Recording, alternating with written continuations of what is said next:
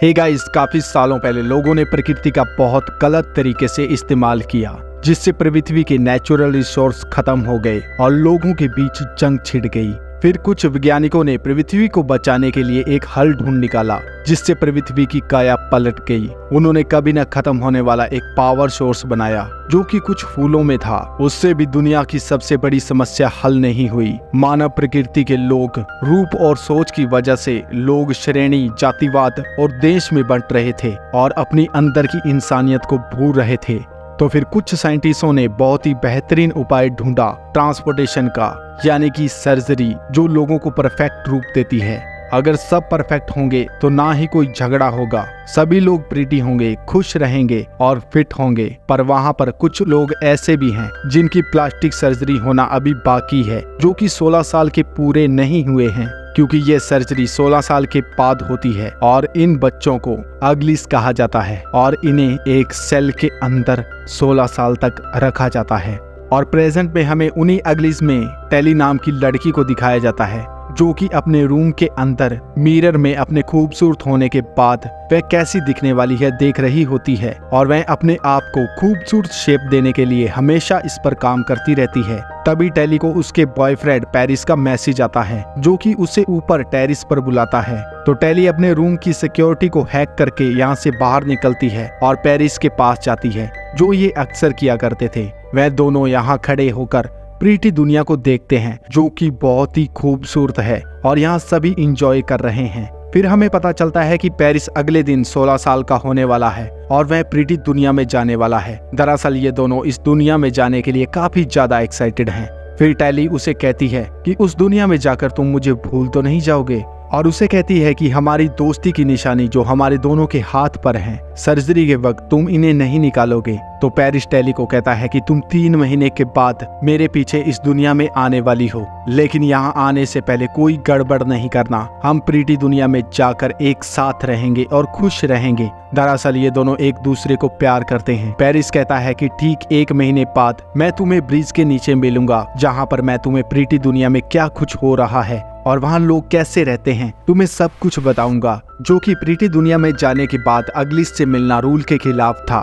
तभी वहाँ पर सिक्योरिटी ड्रोन आता है और ये दोनों यहाँ से वापस अपने रूम में चले जाते हैं। इसके बाद अग्लिस की असेंबली हॉल में मीटिंग बुलाई जाती है। वहाँ हम सैमी नाम की लड़की को देखते हैं, जो कि अपने दोस्तों को बता रही है कि कल यहाँ से कुछ बच्चे स्मोक की दुनिया के लिए भाग चुके हैं। लेकिन तभी उनमें से एक लड़का कहता है स्मोक नाम जैसी कोई जगह नहीं। पर सैमी उसे कहती है कि ये सच में एक जगह है और इनका लीडर डेविड है, जो कि बहुत से बच्चों को यहाँ से स्मोक की दुनिया में लेकर जाता है।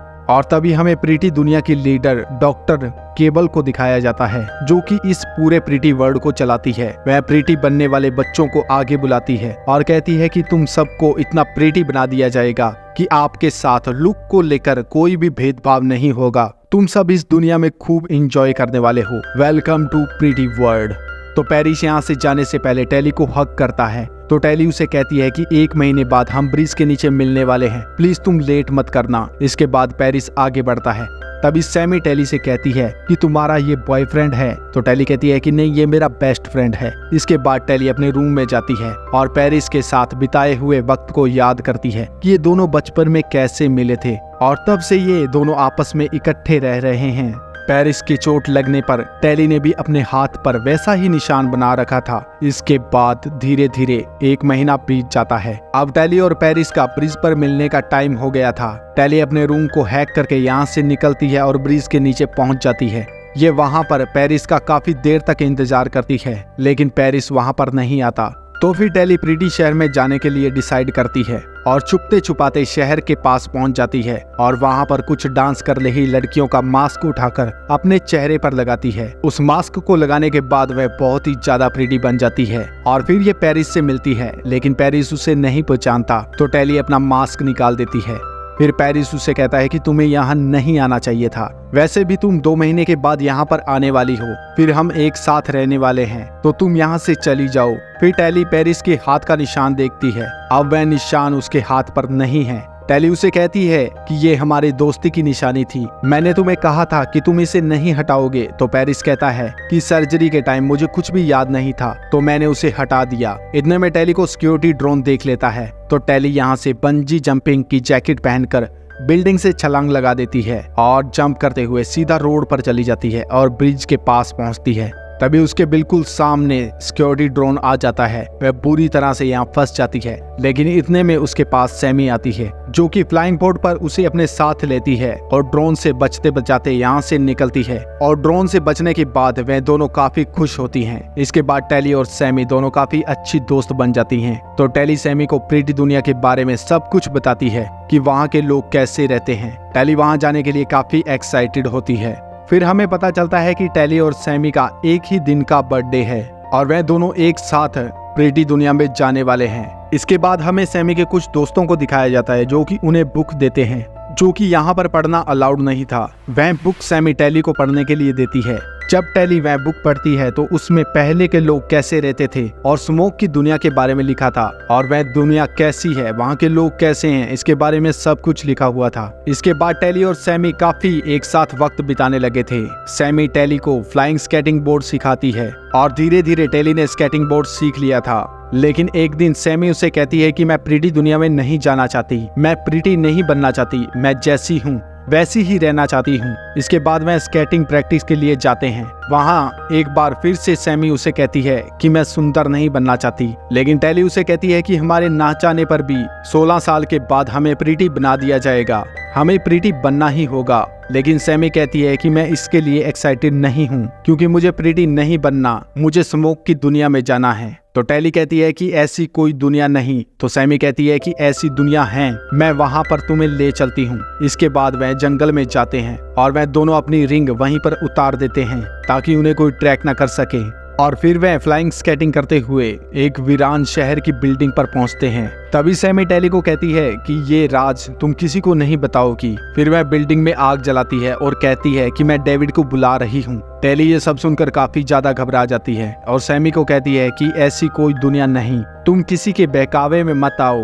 तो सैमी उसे कहती है कि सच में ऐसी दुनिया है जहाँ पर लोग बिना खूबसूरत बने काफी अच्छा जीवन व्यतीत करते हैं और नेचर के साथ घुल मिल के रहते हैं। और वहीं प्रीटी दुनिया में हमें आर्टिफिशियल दुनिया में जीना पड़ता है और शायद हम वहाँ जाकर अपनी मर्जी से भी नहीं जी सकते। सैमी उसे बताती है कि जिस दिन मैं तुम्हें ब्रिज पर मिली थी उस दिन मैं डेविड के साथ स्मोक की दुनिया में जाने वाली थी, लेकिन मुझे वहाँ पर तुम मिल गई और मैं तुम्हें बचाकर वहाँ से फिर से अगलिस में आ गई और आज मैं डेविड के साथ यहाँ से जा रही हूँ। और वह टेली को कहती है कि तुम भी मेरे साथ चल सकती हो, लेकिन टेली वहाँ नहीं जाना चाहती थी क्योंकि उसका बचपन का सपना था कि वह प्रीटी दुनिया में जाएगी, इसलिए वह उसे मना कर देती है। तो फिर सैमी उसे एक मैप देती है कि अगर तुम्हें स्मोक की दुनिया में आना हो तो इस मैप के जरिए तुम आ सकती हो, लेकिन ये बात तुम किसी को नहीं बताओगी। इतने में सैमी को सिग्नल मिल जाता है और वह यहाँ से चली जाती है और टेली वापस अगलीस की दुनिया में आ जाती है। और अब टेली 16 वर्ष की हो चुकी थी और उसका प्रीटी बनने का दिन आ गया था।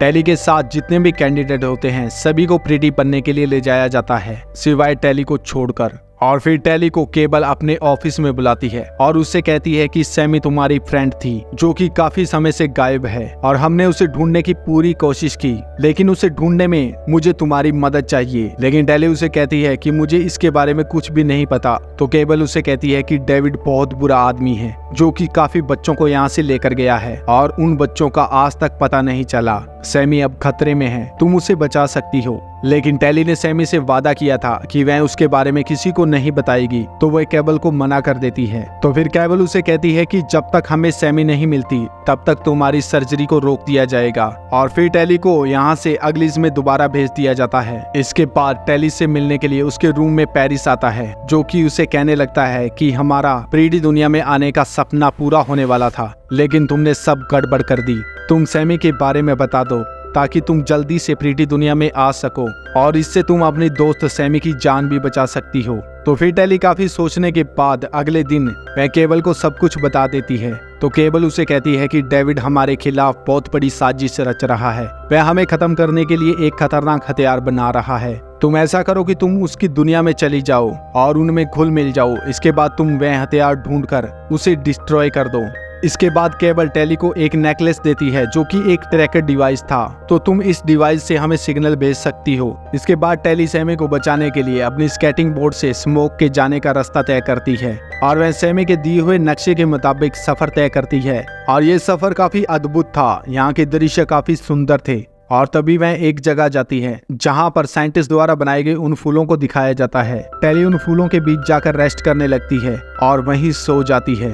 और जब उसकी आंख खुलती है तो उसके चारों ओर आग ही आग होती है, लेकिन तभी वहां पर डेविड आकर उसे बचा लेता है। फिर डेविड टेली को चेक करता है और उसकी स्केटिंग बोर्ड में एक ट्रैकर डिवाइस मिलता है, तो वह उसे तोड़कर फेंक देता है। और फिर नेकलेस को चेक करता है, लेकिन उसमें कोई ट्रैकर नहीं होता, तो फिर वह टेली को अपने साथ ले जाता है। और दूसरी तरफ हमें पेरिस को दिखाया जाता है जो कि केबल को कहता है कि टेली से मिलने के बाद मुझे अपने पास्ट के बारे में सब कुछ याद आ रहा है, मैं अपने उन पलों को बहुत ही ज्यादा मिस कर रहा हूँ। तो केबल उसे कहती है कि तुम्हें खास ट्रीटमेंट की जरूरत है। फिर वह उसे लैब के अंदर ले जाते हैं और उसकी फिर से सर्जरी की जाती है, जिससे वह काफी पावरफुल बन जाता है।